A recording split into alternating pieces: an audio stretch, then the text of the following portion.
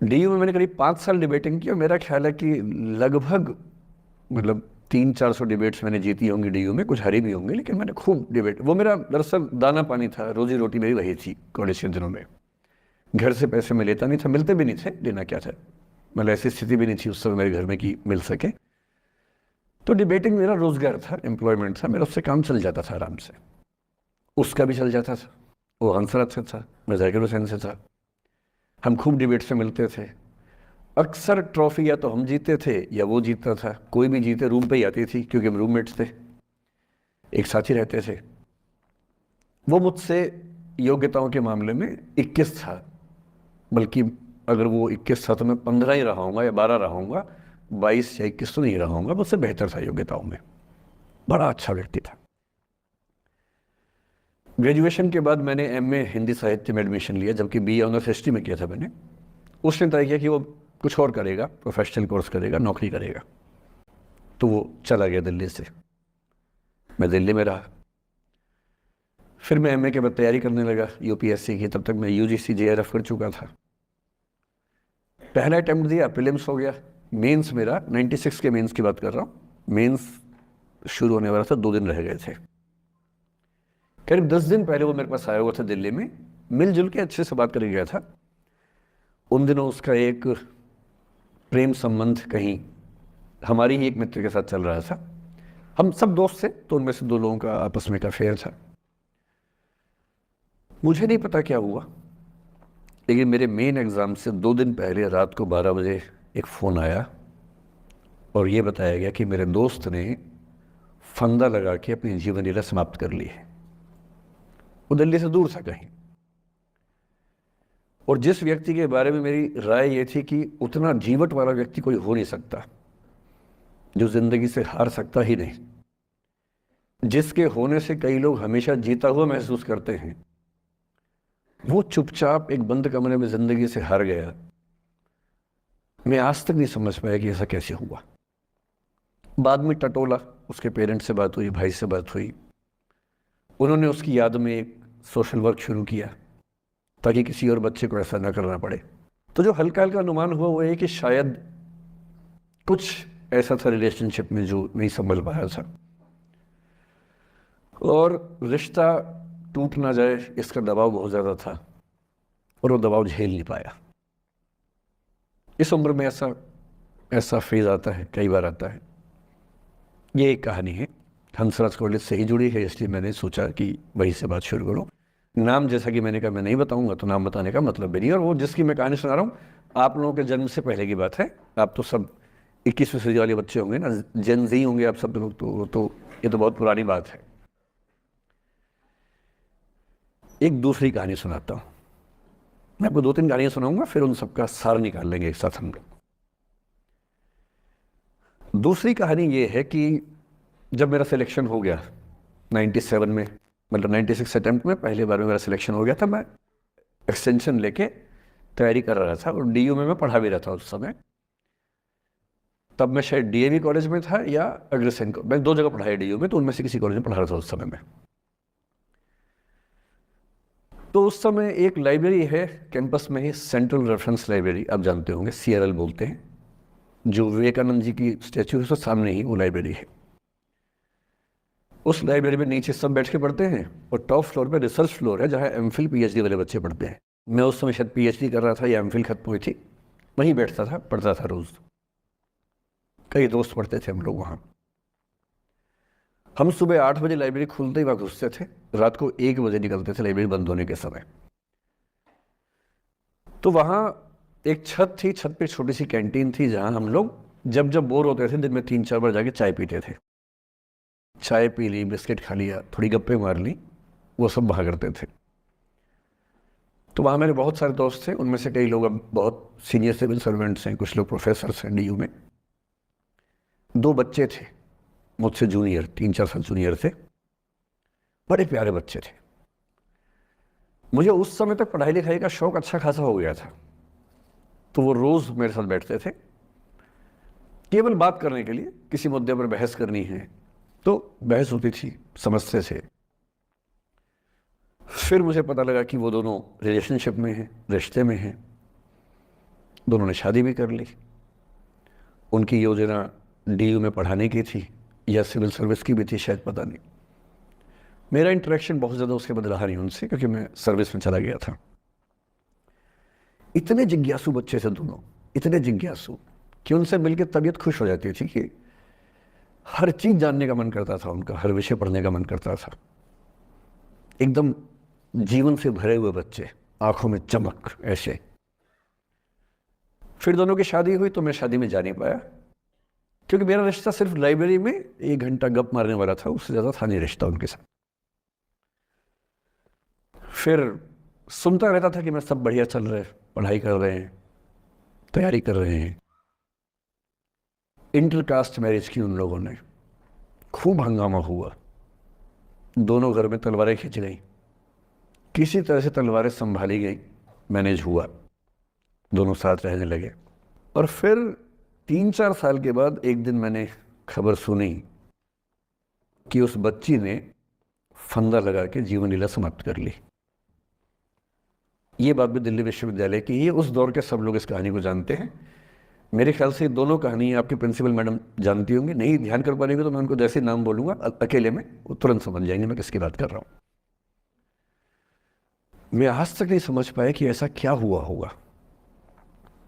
तो बाद में अनुमान जो हुआ वो ये, इंटरकास्ट मैरिज, परिवार का दबाव, समाज का दबाव, आपस के दबाव, टॉक्सिक रिलेशनशिप, अंत में उस दबाव को न झेल पाना और जीवन समाप्त कर देना, ये हुआ।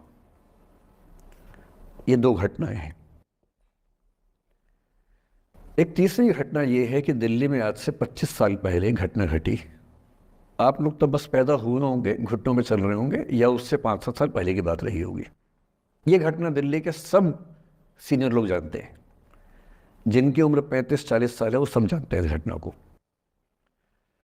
इस हफ्ते ड्रीम 11 लखपति फेस्टिवल के विनर्स हैं Lakhan, Bhuvan, Ismail, Elizabeth. Sir, mobile phone में वीडियो नया नया आया था उस समय। अब तो आपके हर फ़ोन में वीडियो है, अब तो सामने भी है, ताकि आप वैसा वाला मुंह बना के सेल्फी खिंचवा सके। पाउट बोलते हैं ना, मैं उसको देसी भाषा में सूअर जैसा मुंह बोलता हूँ, और वैसा ही बनता भी है, क्यूट क्यूट सा सूअर जैसा मुंह बना के लोग सेल्फी खिंचवाते हैं, उसको बोलते हैं पाउट। तब तो कैमरा फ़ोन में पहली बार आया था, तब लोग अभ्यस्त नहीं थे। अब जैसे आप लोग कितने अभ्यस्त होंगे, हम भी होने लग गए। अब हम किसी से बात करते हैं तो हम ये एज्यूम करके चलते हैं कि उसने फ़ोन में कुछ ना कुछ ऑन कर रखा होगा, या तो आवाज़ रिकॉर्ड करेगा या वीडियो बनाएगा। तुम कितने केयरफुल होकर बोलते हैं, कितने कॉन्शियस रहते हैं। और सर्विलांस सोसाइटी की सबसे बुरी बात यह है कि हम हमेशा चौकन्ने रहते हैं, हम सहज हो ही नहीं पाते। सहज रूप से 2 लोग बात कर लें, हो ही नहीं पाता। तो मैं तो अपने ऑफिस में कई बार ऐसा करता हूँ, जब हम 3-4 लोग बैठते हैं इनफॉर्मल बातचीत के लिए, हम सब अपना अपना फ़ोन कमरे के बाहर छोड़ के आ जाते हैं, फिर 2 घंटे बात करते हैं, इस भय से मुक्त होके कि कहीं कोई रिकॉर्ड तो नहीं कर रहा। ये हालत है आज की। उस ज़माने में तो फ़ोन थे। मोबाइल फ़ोन आया था भारत में लगभग 1995 के आसपास पहली बार। बड़ा महंगा था, 16 रुपये प्रति मिनट इनकमिंग, 16 रुपये प्रति मिनट आउटगोइंग, ये रेट से उस समय। और फ़ोन वो थे जिनसे आप कील भी ठोक सकते हैं, वैसे वाले फ़ोन थे, बटन वाले फ़ोन थे। नोकिया एक कंपनी थी, उसके फ़ोन हुआ करते थे। उसके 4-5 साल के बाद क्या हुआ, पहली बार किसी कंपनी ने फ़ोन में कैमरा लगा दिया। ये बात उस समय के लोग नहीं समझते थे। जब भी नई तकनीक आती है उसको समझने में टाइम लगता है। जो पहले समझते हैं फ़ायदा उठा लेते हैं, जो थोड़ा लेट समझते हैं वो उसका नुकसान उठाते हैं। उस समय दिल्ली के एक प्रसिद्ध स्कूल में 11वीं-12वीं क्लास के 2 बच्चों में आपस में कोई रिलेशनशिप रही होगी। वो दोनों किसी ऐसी सिचुएशन में थे जो सिचुएशन बहुत ही प्राइवेट किस्म की थी, बहुत निजी किस्म की थी, जिसको पब्लिक नहीं कर सकते। कुछ फिजिकल रिलेशनशिप जैसा मामला था। उस दुष्ट लड़के ने लड़कों के इतिहास को कलंकित, लड़कों का इतिहास वैसे भी कलंकित ज़्यादा है, उसे और कलंकित करते हुए उस पूरे सिचुएशन का वीडियो बना लिया। ऐसे मामलों में दुर्भाग्य है, मैं लड़का हूं इसलिए लड़के पवित्र थोड़ा ना हो जाएंगे, लड़का है इतिहास कलंकित तो है, उसका वीडियो बना लिया। और दुष्टता का चरम स्तर निभाते हुए वो वीडियो अपने एक दोस्त को शेयर कर दिया, ये कहे कि किसी और को दिखाना मत।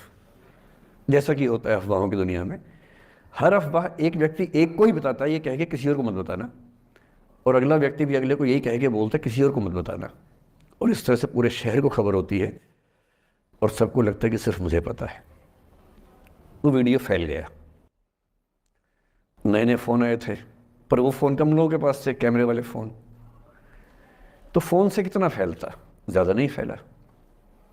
लेकिन उस समय दिल्ली की एक कुख्यात मार्केट हुआ करती थी, पालिका बाज़ार, अभी भी है, पर तब वो कुछ और कामों के लिए कुख्यात हुआ करती थी। अब तो कपड़े मिलते हैं, तब कपड़ों के साथ कई चीज़ें और मिलती थी वहाँ। जैसे गंदी फिल्मों की सीडी चाहिए हो तो वहाँ मिलती थी, ग्रे मार्केट में, चोरी छिपे। इस वीडियो को सीडी में कन्वर्ट करके लोगों ने वहाँ से खरीदा, लाखों करोड़ों की संख्या में। नए नए टेलीविज़न चैनल प्राइवेट आए थे, और प्राइवेट टीवी चैनल को खबरों की भूख इतनी होती है कि वो खबर के लिए जान दे सकता है और जान ले भी सकता है किसी की। 24 घंटे इस खबर पे, इस चीज़ पर खबरें चल रही थी सारे चैनल्स में, कि ये वो लड़का है जिसने ऐसा किया, ये वो लड़की है, ये वो स्कूल है, इस स्कूल की प्रिंसिपल से बात करेंगे, इससे बात करेंगे। वो जो बच्ची थी जिसकी इसमें कोई गलती नहीं थी, सिवाय इसके कि वो किसी एक लड़के से प्रेम करती थी, जो कि उस उम्र में बच्चे कर बैठते हैं। इसके लिए बहुत चिल्लपौनी मचानी चाहिए। अब बच्चों को आप हर बात पे अपराधी नहीं मान सकते। उस बच्चे की गलती सिर्फ इतनी थी कि उसने अपने दोस्त पे भरोसा किया, जो भरोसे के लायक था नहीं। वो नीच किस्म का व्यक्ति था जिसने उस संबंध की गरिमा को समझा नहीं। उस बच्ची के घर के बाहर 24 घंटे न्यूज़ चैनल से कैमरे खड़े रहे। घर से कोई भी निकले, 50 कैमरे पीछे, आप बताइए आपकी बेटी कैसी है, आप बताइए आपकी बहन कैसी है। अंत में उस पिता ने अपनी बच्ची को इस देश से बाहर भेज दिया। उसके कुछ दिन बाद की जो खबर टीवी चैनल से नहीं दिखाई, उसके पिता ने आत्महत्या कर ली। ये तीसरा इंसिडेंस है। ये सारी खबरें सच्ची बता रहा हूं मैं, इनमें से एक भी झूठ नहीं है। झूठी कहानियों से मोटिवेशन दिया जा सकता है, मैं जानता हूं, पर जब सच्ची कहानियां हैं तो मैं झूठ क्यों बोलूं? सारी सच्ची कहानियां बता रहा हूं मैं आपको। एक चौथी कहानी जो आप में से कई लोगों की होगी। मेरा एक स्टूडेंट है, सिविल सर्वेंट है, सीनियर लेवल पे है, करीब 40 साल का है। उसने आज तक शादी नहीं की। क्या उसकी शादी करने की इच्छा नहीं थी? पूरी इच्छा थी। फिर क्यों शादी नहीं की? भाई कुछ लोग तो होते हैं कि शादी करनी ही नहीं, कोई मिशन है। योगी जी है, मोदी जी है, ठीक है, उनका तो मिशन है। ममता जी है, उनका मिशन है। पर जिसका जीवन में ऐसा कोई मिशन नहीं है और जिसको प्रेम करने का मन भी करता हो, वो तो शादी करता है आमतौर पे। उसने शादी क्यों नहीं की जानते हैं? जब वो 25-26 की उम्र में था, जब वो मेरा विद्यार्थी भी था, एक दिन मेरे पास आके बोला कि सर एक बात करना चाहता हूँ। मुझसे मेरे स्टूडेंट्स ऐसी बातें खूब करते हैं पर्सनली आके, अब तो मैं टाइम कम दे पाता हूँ, पहले तो ये सब होता रहता था क्लास के अलावा। एकदम रोता हुआ आया, आंखों में आंसू भरे हुए बहुत सारे। अरे क्या हो गया भाई? तो फिर उसने किसी का नाम बताया कि सर वो ही मेरी स्टूडेंट थी, कि सर उसके साथ रिलेशनशिप थी, उसने धोखा दिया है मुझे। अच्छा, धोखा देने वाली कहानियाँ मुझे बहुत अपील नहीं करती। मेरा मानना है कि दोनों पक्षों की गलतियाँ होती हैं। आपकी अगर अपने पर्सपेक्टिव से सोच सोच के धोखा करते रहते हैं, ऐसा थोड़ा ना होता है भाई। कुछ तो मजबूरियाँ रही होंगी, कोई यूं ही बेवफा नहीं होता, कुछ तो वजह होगी ना। आप थोड़ा उसकी वजह, उसका भी तो, उसकी कहानी भी तो सुनिए। और मैं जब जब दोनों कहानियाँ सुनता हूँ मुझे लगता है कि मामला ग्रे है। आप किसी एक पे उंगली उठा ही नहीं सकते कि इसने ऐसा किया। दोनों की गलतियाँ होती हैं, ऐसा थोड़ा ना कि एक की होती है। बहरहाल इन भाई साहब को ऐसा लगा कि धोखा हो गया उनके साथ। तो मैंने कहा चलो कोई बात नहीं यार, हो गया तो हो गया, तू नहीं कोई और सही, ऐसा क्या है। इतनी बड़ी दुनिया है, 8 अरब की आबादी अब है, उस समय भी 6-7 अरब तो थी। मैंने कहा 3.5 अरब 350 करोड़ में कोई तो होगी तुम्हारे लिए, ऐसा क्या है, कोई और देखेंगे। पर वो थोड़ा ज़्यादा सेंटिमेंटल था उस समय। धीरे धीरे पता नहीं उसके मन में क्या बैठ गया, उसके मन में ये बैठा कि दुनिया की सारी लड़कियां धोखेबाज होती हैं। ऐसे मूर्खों की कमी नहीं है दुनिया में। ऐसे बहुत मूर्ख हैं। दर्शन की दुनिया में इसे अवैध सामान्यीकरण कहते हैं, इलिसिट जनरलाइजेशन। इसका मतलब बहुत छोटे सैंपल के बेस पे ये समझ लेना कि ये थियरी पूरे ब्रह्मांड पर लागू होती है। एक लड़की ने धोखा दिया, मान लीजिए धोखा दिया, धोखा इसने दिया कि उसने दिया कि किसी ने दिया, जो भी कहानी हो, एक सैंपल से ये मान लेना कि सब ऐसे होते हैं, और उसके बाद से उसने कम से कम 10 बार कोशिश की, 10 लोगों से मिला, बातचीत की शादी के लिए। डेटिंग तो क्या करेगा 40 की उम्र में, लेकिन हाँ बातचीत करके देखा कि शायद रुचियाँ मिल जाएं, सुबह में जब शादी के बारे में सोचें। हर बार 3-4-5 मीटिंग के बाद वापस हट जाता है। अब तो मैंने पूछना बंद कर दिया है। जब तक मैं पूछता था, बोलता था कि सर 3-4 मीटिंग के बाद लगता है कि ये भी वैसी ही है। मैंने कहा भूल जाओ भाई, उससे भूल जाओ, बात खत्म हो गई।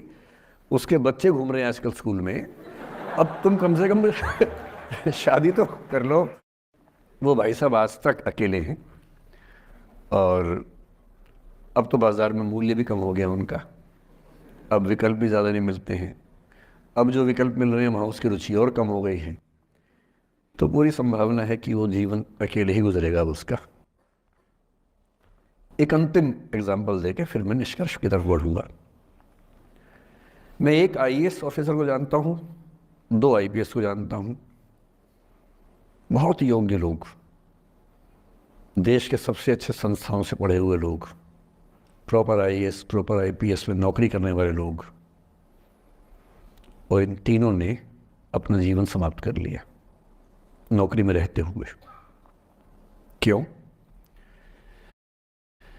क्योंकि नौकरी और घरेलू जो दुविधाएं थी उनको झेल नहीं पा रहे थे, ना झेल पा रहे थे, ना भूल पा रहे थे, लेट गो नहीं कर पाए, तो गिव अप कर दिया।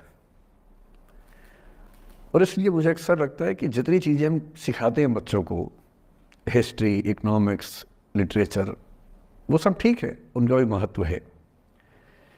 शायद उससे ज़्यादा महत्व इस चीज़ का है कि ये समझें कि अपने इमोशंस को कैसे मैनेज करना है। जब जीवन में ऐसा लगे कि सब खत्म हो गया है, जब जीवन में लगे कि बहुत टॉक्सिक किस्म की लाइफ हो गई है, उससे बाहर कैसे निकलें, शायद ये सबसे महत्वपूर्ण लेसन होता है जो हम सबको सीखना चाहिए। मैंने कहीं से सीखा नहीं है, ना मैंने ऐसी किताबें पढ़ी हैं, हालांकि मैंने 2 किताबें मंगवाई हैं पिछले हफ्ते, पढ़ी नहीं है अभी तक, तो मैं किताबों के बेस पे नहीं जानता कैसे सीखते हैं, लेकिन ज़िंदगी से तुम सीख सकते हैं। इन कहानियों का सबका एक ही सार है, वजह अलग अलग है। एक व्यक्ति ने इसलिए अपना जीवन समाप्त किया कि वो रिश्ता उसके हाथ से छूट रहा था, एक ने इसलिए जीवन समाप्त किया कि रिश्ता बन गया था पर समाज के दबाव, घर के दबाव मैनेज नहीं कर पाए। एक ने ज़िंदगी भर शादी नहीं की सिर्फ इसलिए कि वो पुरानी यादों को भूल नहीं पाया। अरे एक बार गलती हो गई तो हो गई, आगे तो संभावना जीवन में है भाई, क्यों इतना हावी रखना उसी से दिमाग के ऊपर। कुछ लोग देश की सबसे अच्छी नौकरी में होकर हर पैमाने पर सफलता की हर कसौटी पे खरा उतरने के बाद जीवन नहीं बचा पाए, क्योंकि दूसरों की नज़र में आप बहुत सफल हो जाए, अपनी नज़र में शून्य हो, तो फिर जीवन कैसे बने, जीवन कैसे बचे। इन सारी कहानियों का मूल भाव एक ही है, अगर आप खुद को हैंडल नहीं कर सकते तो दुनिया को क्या हैंडल करेंगे। दुनिया को हैंडल करने से पहले खुद को हैंडल करना सीखना पड़ता है, और उसका सबसे आसान जो रामबाण उपाय है उसको बोलते हैं द आर्ट ऑफ लेटिंग गो, जाने दो। वो अफसाना जिसे अंजाम तक लाना ना हो मुमकिन, उसे एक खूबसूरत मोड़ देकर छोड़ना अच्छा। This is impossible.